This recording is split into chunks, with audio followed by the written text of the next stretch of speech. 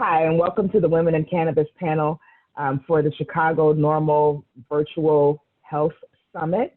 We're really excited today to be joined by two women who have very integral roles in the cannabis industry for a couple of the bigger players here in Chicago. We're joined by Ms. Wendy Berger of GTI, Green Thumb Industries, as well as WBS Equities. And we are also joined by Michael Self of Cresco Labs.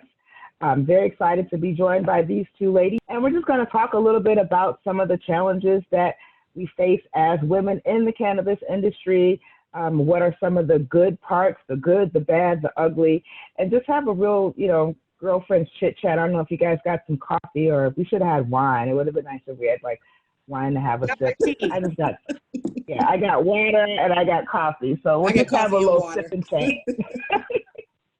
Just have a little sip and chat and really just kind of discuss things as they relate to women in the cannabis industry. I started my career or my cannabis foray with an organization called Women Grow. And so at that time, it was really about women becoming entrepreneurs and developing leaders in the cannabis industry. And it was a really big push. And I know back in those days, maybe like 4 or 5 years ago when I first started, it was said that, cannabis was, the next great industry for women, or a place where we can really, kind of plant our flags and get our feet planted in the industry. I'm not 100% sure that I've seen that fully come to fruition over the past 5 years, but it is good to see your beautiful faces and to have you guys here to share your experiences in the industry. So if you don't mind, I just want to open up with a quick introduction from the two of you. And let's go ahead and I'm going to start with Michael Self, if you just want to give our audience an introduction of who you are and your background and how you got here. Okay, thank you. Hey, everybody. Welcome to the 420 Health Fair. I say 420 because it's definitely significant in cannabis, but it is also my birthday. So happy birthday! Thanks. Happy birthday! Yeah, this is my first year in cannabis, and I feel like maybe being born on 420 was, maybe a good thing. So it's really significant for me for obvious reasons, but also special now that I have the opportunity to be in the cannabis industry with all the virtual events at this point that are going on today. My name is Michael Self. I've been in the cannabis industry since late October. I work for Cresco Labs. I am the vice president of the Social Equity and Educational Development Program, or as we call it, SEED.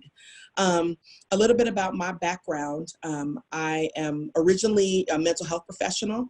So I've worked in a lot of different industries and got myself into working in social justice in the correctional field. So I started out in, working in schools, working in residential facilities, in public health for people that have chronic mental health diagnoses.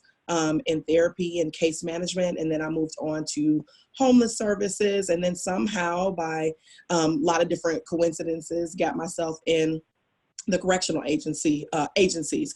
I worked at the Juvenile Detention Center in Chicago. And my role there was to focus on programming and conditions of confinement for girls. And that quickly grew into focusing on programming and conditions of confinement for lots of the residents in the building, but then it really started to focus on more vulnerable populations like the LGBTQ plus population. And then I moved on to DC to work nationally as a consultant in corrections for girls and women that are incarcerated for the LGBT population, focusing on issues of race and ethnicity for people that are incarcerated. And then a lot of my work focused on the Prison Rape Elimination Act and the conditions of confinement around sexual assault and sexual harassment of the incarcerated population. And so the parallel is just really, with the way society changes and with the way the correctional agency changes as a result of what is and is not appropriate and allowable for vulnerable populations. That's kind of, where we are in cannabis with respect to social equity and social justice. This is a new industry. It's a relatively new industry, and the ideas of, making sure that we're accounting and understand the historical context of social justice and structural racism, and how the Black and brown population are experiencing this new industry, I think is my parallel from working in corrections to now working in cannabis. So it's me, it's my background. I live in the west suburbs of Chicago with my husband and daughter. Awesome. Well, thank you for joining us today, and we're going to dig a lot deeper into some of that background, because that's there's a lot of parallels there that really can kind of leak over into the cannabis industry. So I'm excited to get into that. Wendy, tell us a little bit about yourself. Right. Thank you. I'm delighted to be here with everyone today.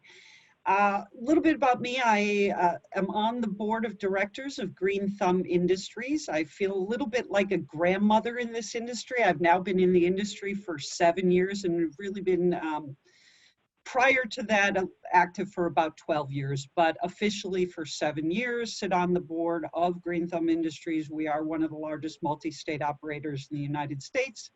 Active in 12 states. We have 41 dispensaries open today, licenses to open 96, and 13 cultivation facilities across 8 states. In addition to my role on the board of directors of Green Thumb Industries, I am the co-founder, along with the amazing Dina Rollman, of Illinois Women in Cannabis. And Dina and I founded Illinois Women in Cannabis in 2014, and there were really 2 premises when we founded it. We thought a lot about, this is a brand new industry. This isn't a new industry with theoretically no glass, or what we called grass ceiling, right? In an industry where we felt that compassion really matters, and that not that men are not compassionate, but that as women, we naturally have some compassion that we are rarely afraid to bring into our professional environment. By the way, we'll talk about this later. She and I were wrong, but we were wrong. There was a glass ceiling. There is an old boys network. We'll talk about that. But we are very proud today of how Illinois Women in Cannabis has grown, how it has become the premier convening and networking organization, and it really has grown organically, and so very proud of that. And in my spare time, I am a real estate developer. I specialize in building food manufacturing and food distribution facilities, and also very involved with Green Thumb Industries LEAP program, which was our social equity applicant support program here in Illinois. So again, delighted to be here with you today. Thank you very much for having me. You mentioned Illinois Women in Cannabis, and I totally forgot, but Illinois Women in Cannabis was really like part of how I got started going out and doing the community education and outreach. I remember you guys had, I think it was like Cannabis Education Month, and it was like May, and I was a part of that. And I went and those are some of my first like forays really into like the stuff that I did for Women Grow, of course, was in Denver and whatever, but really coming out of the cannabis closet under the Illinois Women in Cannabis umbrella, just to even start that teaching. So great organization. Thank you guys for all the hard work you've done there. You guys give great parties. Thank you. We are very proud of how far we've come in 6 years. Let's talk a little bit about, as you've seen it and in your experience, what do you think have been some of the biggest maybe challenges? And I don't know if there are challenges that are specific to being a woman in this industry, but I know personally, right, as it relates to the education piece or the coming out of the closet, or that, I feel like as women, we get looked at a little bit differently when we're talking about it versus when other people are talking about it. So I know that's one of the challenges that I face, and I'm just curious. Actually, I want to start with Michael, because you are new. Like, you are new in the game since October. So tell me about have you experienced any particular challenges so far? Yeah, I think, and I don't know if it's unique to just me and my experience, or if this is something that's pervasive, but I think that just kind of coming to cannabis in the middle of my career, I feel like I've developed, subject matter expertise in certain areas, and cannabis is totally new, so it's new for me. So trying to use, what I know about social justice and social equity and, just working with vulnerable populations in general, and then learning about cannabis. I'm not a cannabis user, so just having that, just kind of, informal education I don't have. I certainly I have used cannabis, but I'm just not, that's just not my thing, So just trying to learn about the industry itself, learn about some things that I intuitively knew with respect to social justice, but really learning how it's specifically connected to the cannabis industry, and learning about cannabis as an organization, or I'm sorry, as a business and as an industry, because I think a lot of professionals in cannabis are coming from perspectives of their own informal knowledge, or being cannabis users and being very passionate and connoisseurs, but like learning about it as an official industry that is growing in our country, I think has been a huge challenge. And then just feeling like, am I supposed to know this? Maybe I'm supposed to know, but I don't know. And then you're sitting at these business meetings and, it's like, I think that's part of the issue with like maybe being a woman, is like, I feel like I'm supposed to, come with my A game all the time and be ready to contribute. And actually I have no idea what people are talking about, so that's one of the hugest challenges I face, and just trying to, upskill myself as quickly as possible. Good. Yeah, it's still a kind of a male-dominated industry, and it seems like you both have come from male-dominated industries already. Yep. Wendy, what has your experience been like? So I am a serial entrepreneur. That is in my DNA. It is what I do. And so I know the challenges of starting a business. And among the most challenging pieces of starting a business is raising capital. And this is where being a woman can be much more difficult. When raising a capital, you really need access to networks of people who have capital to invest. And that's where we really find these sort of old boys clubs and old boys networks. And coming into the industry 7 years ago, I really thought, I've been successful in raising money before, that won't be an issue. But the fact is that, and this is not being critical, it's just factual, those old boys networks do exist. They are much harder for women to break into. We are not in the locker rooms as much, and we are not on the golf course as much, and we're not at the poker games as much where those things happen. Now, women control a significant amount of wealth in this country, and so this notion that women and minorities don't have the wealth, I throw that out as garbage. But it is the more formal networks of friends who come together and say, I saw this investment opportunity, hey, you want to get in on this with me? That just hasn't existed in the past as much with women. So while we control significant wealth, it is sort of, to borrow from Hamilton, being in the room where it happened. Right. And I think more and more we as women are coming together, supporting each other, but those historic old boys networks and networks of passing along investment opportunities, women did not participate in, and most of the comments I'll make apply to women and minorities.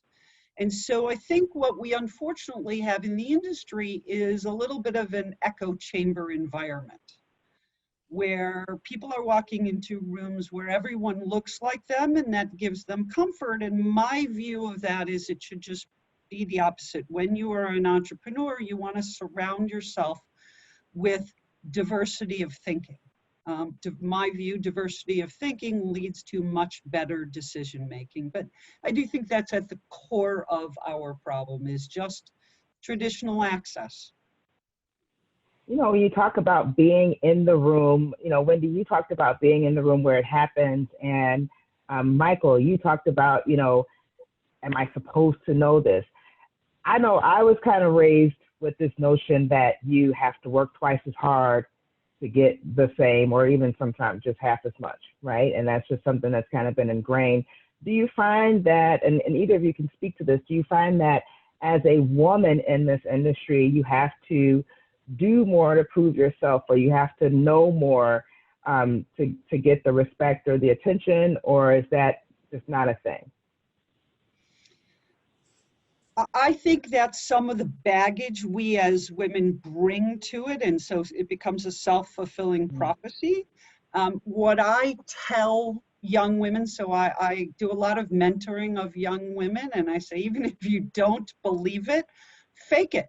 When you walk into a room, come in believing in yourself, confidence. And again, faking it often is the case, but come in with confidence. Don't walk into the room assuming that everyone knows more than you do.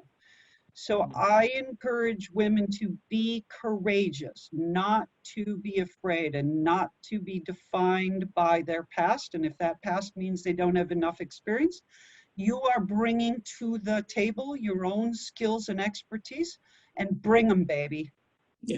Yeah, I would totally agree. I think my experience so far in the cannabis industry, I have not felt any pressure, or I have not felt less than, because I'm new to the cannabis industry. I think, and I would attribute my leadership. I work with a great group of leaders in the cannabis industry at Cresco. What do you guys think are some other good qualities and character traits or skills that women looking to enter in this industry and be, good players, real players in this industry? What do you think? What are some other qualities you think they should have? Well, I really think compassion and empathy, right? Empathy is a critical component in this business. Definitely, I think definitely empathy and compassion. I think for folks who, like me, who are, new to the cannabis industry and tend to only think of cannabis in the framework of adult recreational use, I think that patient piece is huge. Understanding, how cannabis really does benefit people with respect to wellness, I think is really important. On January 1st, it was, kind of all hands on deck for those few weeks. And it was so exciting, and, it was just a lot going on. But the minute that, a woman with stage 4 cancer, came to the dispensary, for her medication, really helped me understand, what it is that we, what opportunity this is, to work in the cannabis industry and to really help people. I think I would add also the skill of networking, the skill of, just being a good communicator, and those interpersonal skills are huge. Absolutely. Those are great points. I feel like you guys both mentioned qualities and characteristics that are traditionally considered, feminine or, female characteristics. If you talk about compassion and empathy and that kind of that nurturing spirit, also that the networking piece and the, getting to know people. And I think a lot of that, that is the difference of what we as women can bring to an industry as a whole. While I do recognize women as being, a minority, right, or as being, a special kind of group or class that should have some provisions, or there should be something in there for them, I do see the social equity aspect of it to be a separate thing from kind of the women thing. So maybe you guys can talk to me about what have you seen in terms of the overlap, or even in terms of like the participation of women in your different programs, in your SEED program or in the LEAP program. Are you seeing a lot of women coming out to be in leadership positions in these things? Yeah. So the SEED program, we've run 2 incubators so far, one for dispensary, one for craft grower and infuser. And I may not be 100% correct, but I believe there are women in women owners in each one of the businesses that we work with. And we've worked with over 40 minority-owned businesses. So definitely quite a few women that are at the table ready to start their cannabis businesses. I think Wendy talked about earlier about being in the room and having access to that network and those decision makers. And I think the intersection of being a woman and being a minority and being Black and brown, I think compounds that ability to be in the room. So Yes. I see that as a potential barrier to getting in. I certainly don't think it is insurmountable, but as we talk about the social equity perspective, for me, social equity means really Black and brown. That's what I think of when we're talking about the context of cannabis and the war on drugs and structural racism. So I want to be clear about why I don't necessarily bring women into that. There's specific reasons for that. But I certainly think with the absence of so many women leaders in the cannabis industry, and we're talking about social equity applicants, the intersection of being a woman and being a business leader or entrepreneur, definitely creates more of a challenge of being in the room, I'll quote a couple of statistics, and for me, this really starts with leadership, and that's leadership at the state levels and leadership within the companies.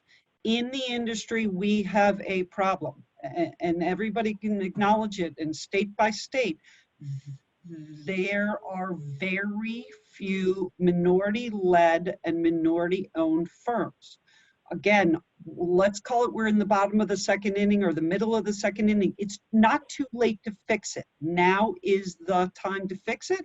And that starts with the leadership of the states. I think that in Illinois, our Governor Pritzker, has done a phenomenal job working with the community to develop the social equity applicant program. I'm proud of what this state is doing. We do not get everything right, but I believe we're getting it more right than wrong. We'll see when the licenses are awarded. So it has to start from the state level leadership. We're seeing it here in Illinois. We're watching that start to play out in New York, but it did not happen in the first round in New York. In New York, they issued 10 original licenses. 0 went to minorities. Inexcusable, right? But so let's turn to the company side. Of the 8 largest multi-state operators in the United States, and both Cresco and Green Thumb Industries are in that set, there are 51 total board of director seats. 11.7% are held by women, 6% held by African Americans, and 10% held by minorities. So this is a problem at the leadership level. I am very proud at Green Thumb, and I'm not going to point to our competitors and be critical, because as an industry, this is our problem to solve. But at Green Thumb, we have created diversity on our board, and that wasn't for the sake of saying, we have a woman and we have African American and we have this and we have that. It was this notion that diverse thinking leads to better decision making. So it is up to those of us, all the 3 of us here and others leading, to continue to have these conversations, because I don't think that people are aware. I kind of feel like we should have had some men on this panel.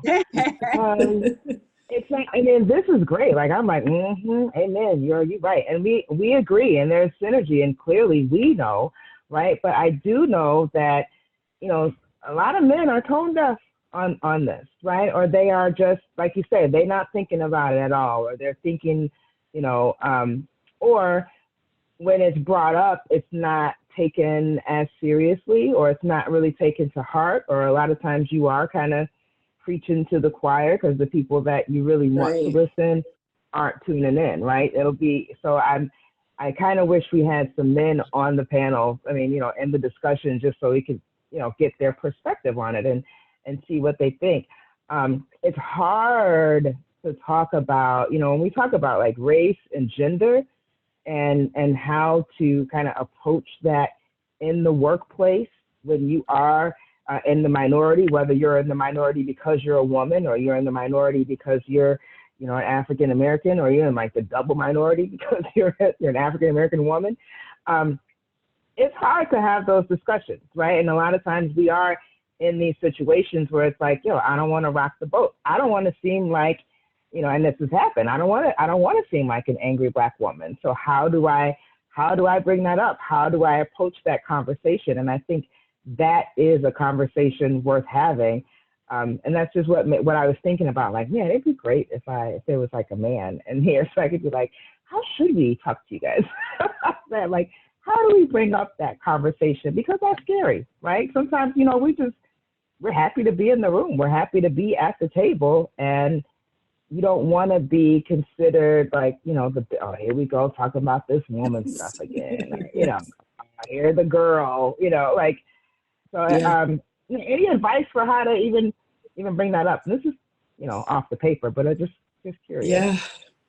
Yeah. I think being, coming from criminal justice and corrections is male dominated, cannabis is male dominated. And I will be very honest, with the idea that sometimes, I've brought it up and it did not end well for me in my career. But yeah, same here. Yeah, so it is absolutely a risk. It's a risk to bring up issues of gender disparity and racism and all of those isms that we know exist. But I think personally, I feel like I've grown in my career and as a person to be lucky enough, to be blessed enough to have found the cannabis industry and to have found an organization like Cresco, where I am protected, supported, I think is probably the better word, where I do feel very supported. And I can look at, my white male executive vice president and say, this is not, you can't say that, we can't do that because that is not where Black people not going to receive that, and so even in the way that, just kind of converting back and forth in my manner of speech, I can just look at him and say, that ain't going to get it, as opposed to, excuse me, sir, have we considered that this would not be the best pathway forward, Yeah. And he'll say, why? Tell me more about that. And we can say, okay, well, from my experience, Black people will receive X, Y, Z in this way. And he's like, oh, okay, well, that's, thank you for telling me. I didn't know. And so I think just being willing to take the risk, I think is important, but understanding, what it means to take that risk and knowing, having that, intelligence of your audience, know, how can I take this risk in a way that won't put me in jeopardy? And, just growing that comfort, because you got to have the conversations. And, for those of us, on this call and, people that are watching, sometimes we're the only people in the room where we have to have the conversation. If we don't do it, who else will? Because there's no one else that looks like us or has our experience that is sitting at the table.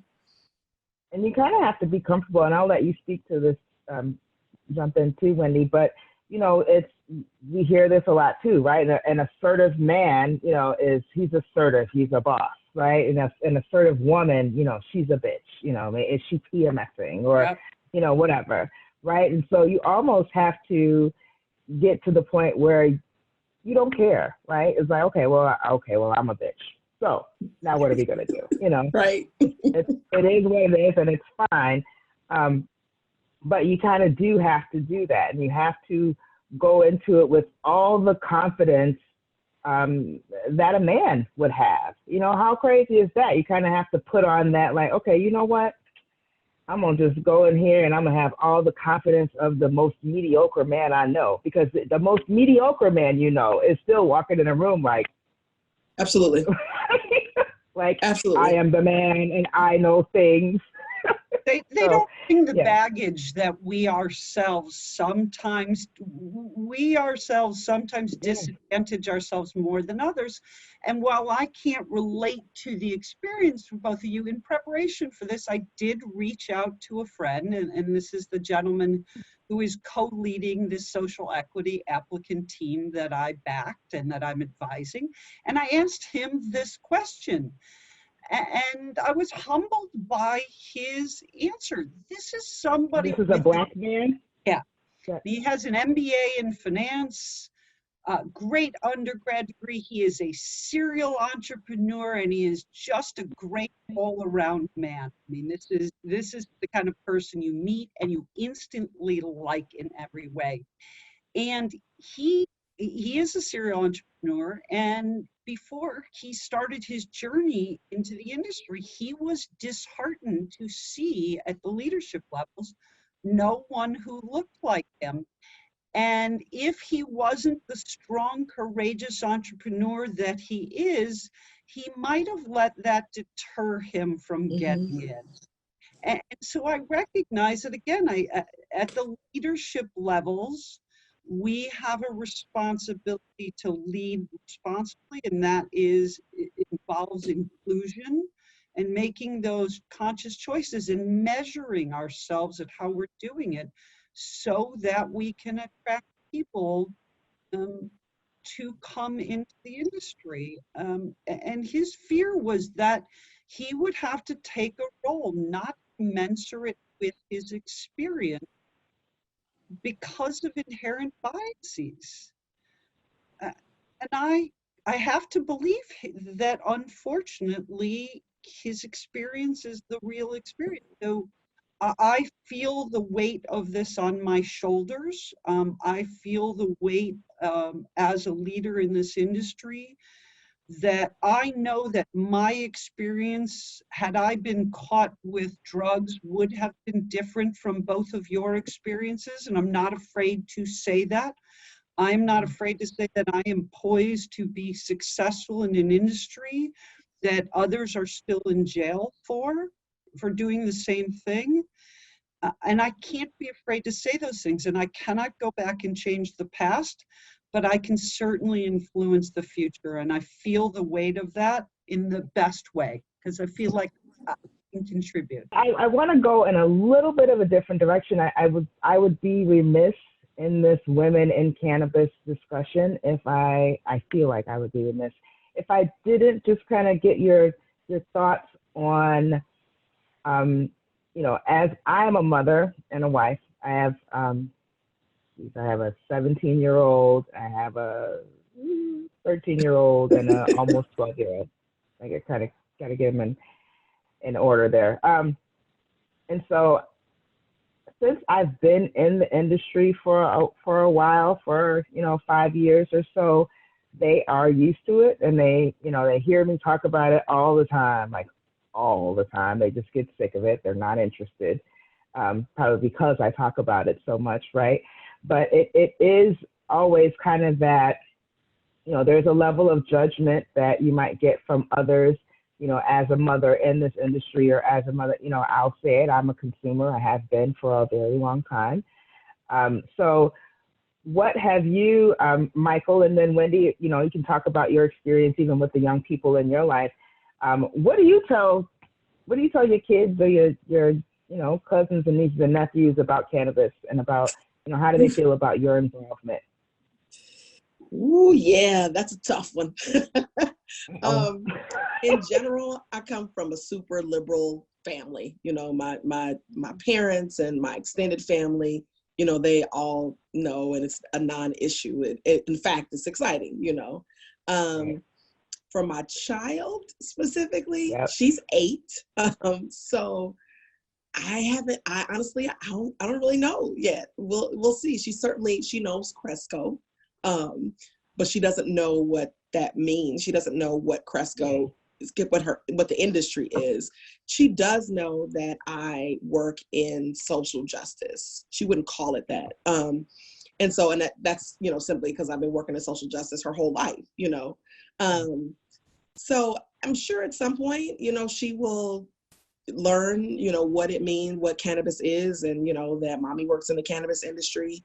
But I will say that given how new the industry is, when people ask me what I do, and she's around, or if people ask me what I do and I don't know that person, I say, I do social justice work for a consumer packaged good in the consumer packaged goods industry, because you just don't know. Like trying to rent, the place that we're living in now, it's like they ask, so where do you work? And, I kind of talked around it a little bit because I'm like, I don't know if that's going to disqualify me if they think I'm going to be in here, using products all the time. I don't know. What? No, I said you still in the closet and you don't even use, girl. Like you have a legitimate job for a publicly traded company that sells a thing that is actually legal, and that's all over. I mean, and I tease you, but I totally understand where you're coming from.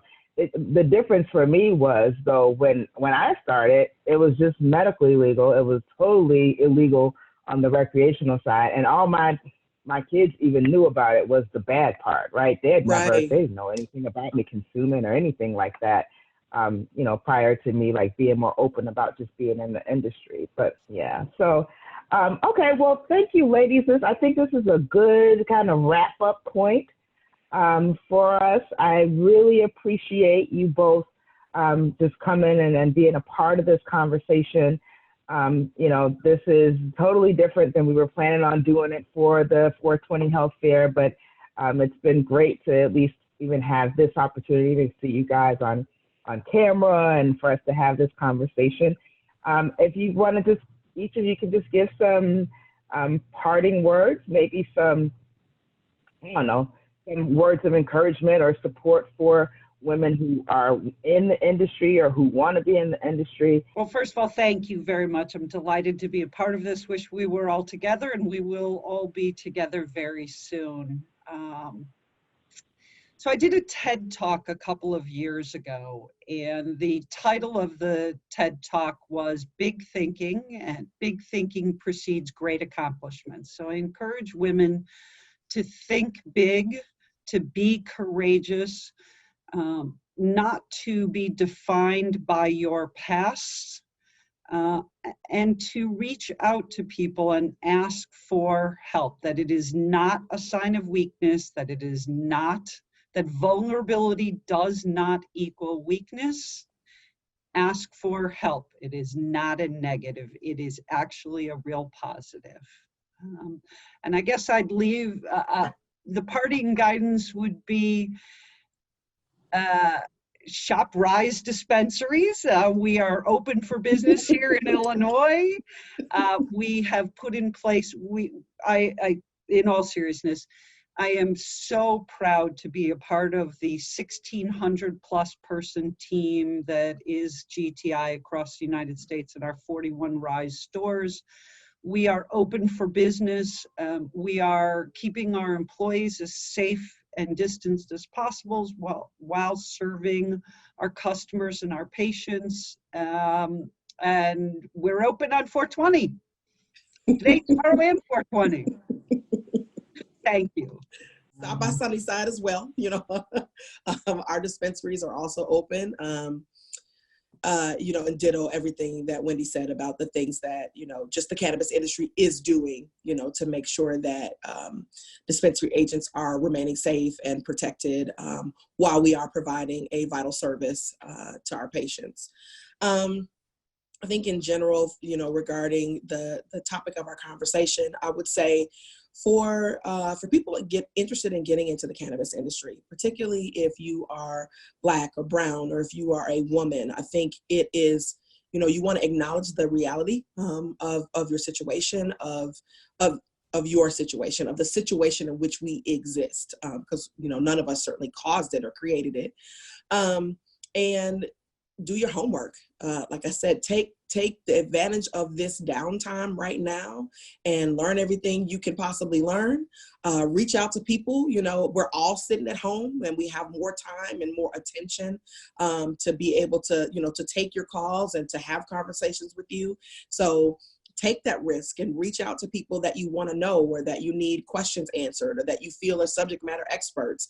And with respect to doing your homework, you know, one of the things that I tell people that are interested in our incubator programs a lot is just really the way the system has been designed. You know, we're already behind. You know, if you're interested in getting a license in the cannabis industry in Illinois, if this is where you are today, you're already behind. You know, so you really got to step up, you know, your knowledge and learning about what it is you want to do.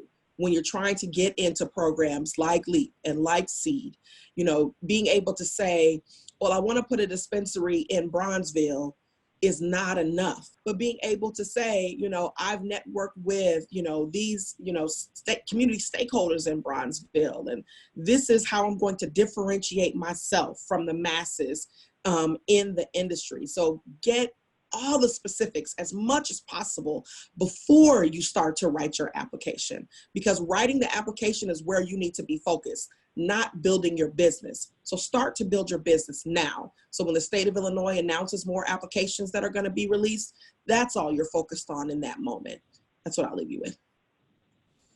That is awesome. And I cannot let you guys give those resounding endorsements for GTI and Cresco without also providing a couple of resounding endorsements of my own. This is a great segue as far as what you just said, Michael, because Chicago Normal and Elevated Education LLC, we are here for educating. We are here to provide the information that helps you do your homework. So I would definitely say stay in tune on all social media platforms at Chicago Normal, at Elevated Education LLC, also chicagonormal.org, elevatededucationllc.com. And there will be more classes and things that will be listed and going forth, especially now you have no excuse because everything's going to be online anyway. So most of the stuff you can do literally from the comfort of your own home.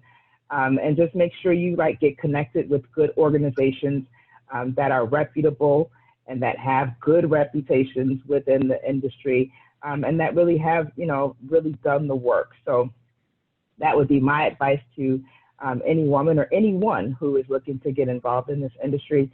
Thank you, ladies, both of you, for your participation. This was really fun, and I look forward to meeting you guys in person one day real soon. Thank you very much. Thank you.